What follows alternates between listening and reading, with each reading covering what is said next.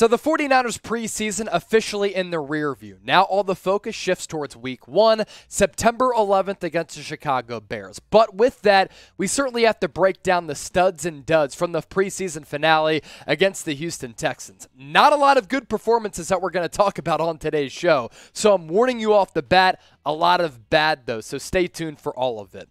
We begin with the 49ers winners against Houston, and I want to begin with Samson Ebukam because last year, really big free agent acquisition coming over to San Francisco from the rival Los Angeles Rams, and throughout the regular season, he certainly showed some flashes of being a very good edge rusher, more so as that backup. But throughout this offseason, I have to give credit to Samson Ebukam because he has been playing opposite of Nick Bosa as the other starting edge on this defense for D'Amico Ryans, and he has certainly been challenged at points by the 49ers second-round pick in Drake Jackson, but he's continued to fend off the second-round pick out of USC with his great and stellar play throughout training camp and the preseason. And I thought tonight he was one of the few players who actually showed up against Houston and played a very, very solid game.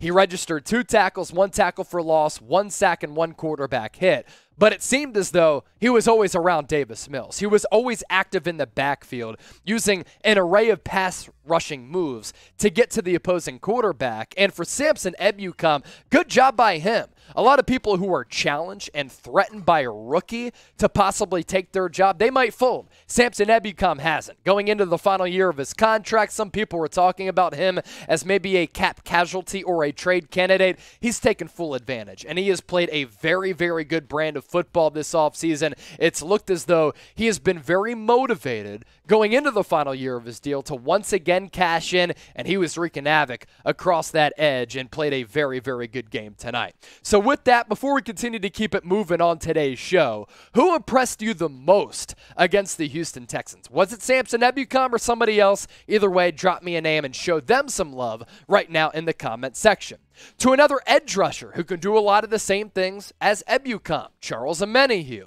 You remember, last year at the NFL trade deadline, San Francisco made the move to acquire Charles Omenihu from the Houston Texans, his former team, after he played his college ball at Texas. And up to that point, at the NFL level, he hadn't necessarily tapped into his fullest potential and lived up to some of the expectations that he had coming out of Texas. But after he was able to get a firm grasp of D'Amico Ryans' system, from the midway point on last year, he started to turn it on, and like Ebukam, he can play edge, he can play defensive tackle, and like Ebukam against the Texans, he was really active. And what I love about Omenihu, more of a physical player as compared to Samson Ebukam, power rush move. That's why he can play D tackle as well as edge rusher, 3 tackles for losses. He was very active in the backfield, did have a sack, and like Ebukam once again, these two guys, they were one of the only, or two of the only,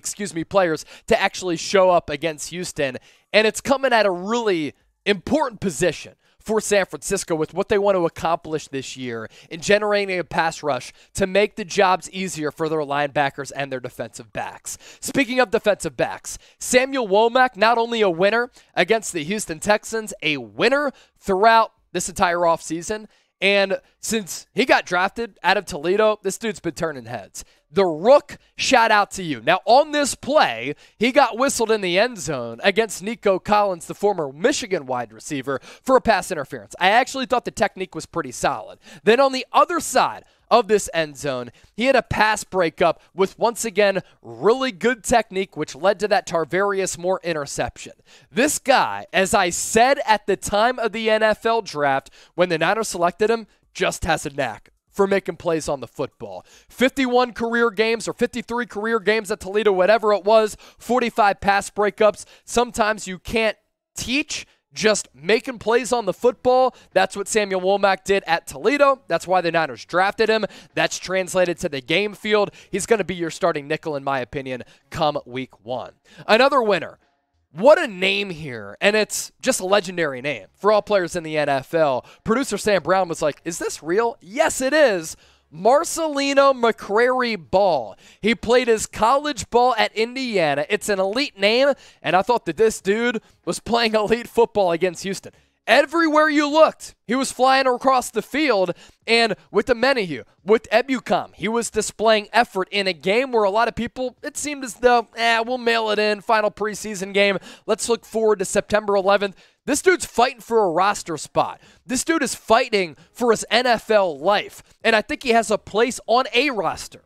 I'm not sure if it's the 49ers roster. Why is that? They're extremely deep at that linebacking spot. One of the best in the NFL. Fred Warner, Azeez Al-Shire, Dre Greenlaw. We'll see what happens with Demetrius Flannigan-Foles. I didn't have McCrary-Ball making my 53. If he doesn't make the 49ers 53, another team's going to put on the tape. They're going to look at this dude flying from east to west, west to east, north and south, and say he has a spot on an NFL roster. So we're breaking down our winners, losers, studs, and duds against the Houston Texans, and this is a segment that we've done with a lot of success here on the channel, and if you know, you know. And if you're a real one, you're a real one. That means that you're subscribed to the channel because you understand what we bring to the table here on the 49ers Report. It's midnight following this game. We're still bringing you a video because I care so much about the content that we push out, and we're trying to give you the best Niners content, news, rumors, and analysis. So make sure you subscribe, and if you are subscribed, you're a real one. Just type that in the comment section. I appreciate you. Much love. To our losers now. Have to begin with Trey Lance because it's at the most notable position, and he really didn't do anything to impress you, wow you. He had a nice couple of plays, the rollout to Kyle Juszczyk when he was on the run through a dart and a seed. That was an impressive throw. But outside of that, Trey Lance was really inconsistent, missed a couple of throws, and this is mostly a byproduct of the offensive line, which, don't worry, I'm about to go off on. 7 of 11, 49 yards, average yards per attempt, obviously not high with that yardage and that completion attempts split. Quarterback rating, less than 74. But with Trey Lance, he played a quarter and a half, a few series. I was just looking for more from him, and I understand the offensive line didn't play well. But what I want to see from Trey, do the little things well and complete some of the easy passes. Complete some of the layups like you're just laying it in. And there was that miss to George Kittle on the out route. That continuity has been a little bit off throughout training camp, something that I'm somewhat concerned about. The deep ball to Deebo Samuel could have gone for a pass interference call, but it was a tad bit underthrown. He threw a ball into the ground to Brandon Ayuk, once again on the run. But I just want to see Lance do the little things well. I know that he's explosive. You just have to start checking those boxes on some of the simple things, and that's what the great quarterbacks do in this league. If you want to interact with me on social media, feel free to do so on Twitter and Instagram at Chase_Senior. I made it easy for all of you. Same handle on both social media platforms. If you want to rip me for some of my analysis and where I've been wrong with evaluating this football team, although I'm not wrong often, wink, just kidding, having fun. Or you want to compliment me, you just want to chop it up and talk life, whatever, man. Let's just talk. At Chase_Senior, I appreciate all of the support. To our biggest loser, there's no doubt about that, it is the offensive line. This is the position group on this football team that I am greatly concerned about, and a position group that I have voiced concerns about this entire offseason. I really don't have a lot of confidence that this offensive line can provide Trey Lance with really good protection, and I don't have any confidence that this offensive line can open up holes for a stable of running backs that I think have talent, but also a running game that is the foundation, the pillar, the backbone of Kyle Shanahan's system. And so far throughout the preseason, whether it's the starters, whether it's the backups, there have been gaping holes in this offensive line. They've gotten pushed back by the opposition. They have lacked toughness. They have lacked continuity. They have lacked consistency. And overall, this offensive line has been putrid. And if this offensive line is as bad as it was against the Houston Texans, you can forget about this football team having any chance of competing in a loaded NFC West and competing in an open NFC and trying to make another deep run in the playoffs. Because if you have a young quarterback in Trey Lance and you can't provide him with protection and he's consistently getting hit and you can't get that ground game established so that you can matriculate downfield to try to get that play action going. And every time Trey Lance drops back at the stem and at the top of his drop back, he has defenders in his face and at his feet, you're not going to have success in this league. It is an important position group on this team, and so far, this position group has been an absolute failure. Trey Sermon, former third-round pick, continues to disappoint. Now, I will give him credit, and I won't rip him like I have in the past. I just believe in the player. I believe there's a better player in there than what Trey Sermon has showed. And up to this point, he hasn't necessarily displayed it. Now, against the Minnesota Vikings, he didn't run with pop or physicality. Against the Texans, at least he was powering through with his shoulder pads and his helmet and running through defenders and falling forward and showing that he has great size. The problem is, I don't know if he has burst. I don't know if he has athleticism. 8 carries, 20 yards, a long of 12. The 12-yard run, it looked good. And yes, the offensive line was not good. But for Sermon, anytime you think that he has a hole, that hole closes really quickly. He can't hit it. And he just doesn't gain positive yards in a way like Jordan Mason does, and doesn't have that explosion like Jordan Mason does, or the decisiveness. If it was up to me, Trey Sermon doesn't make this team. Maybe you put him on the practice squad to see if you can get and extract something better out of Trey Sermon, but up to this point, he's been a huge disappointment. Cut your losses, cut the fat, and just move on.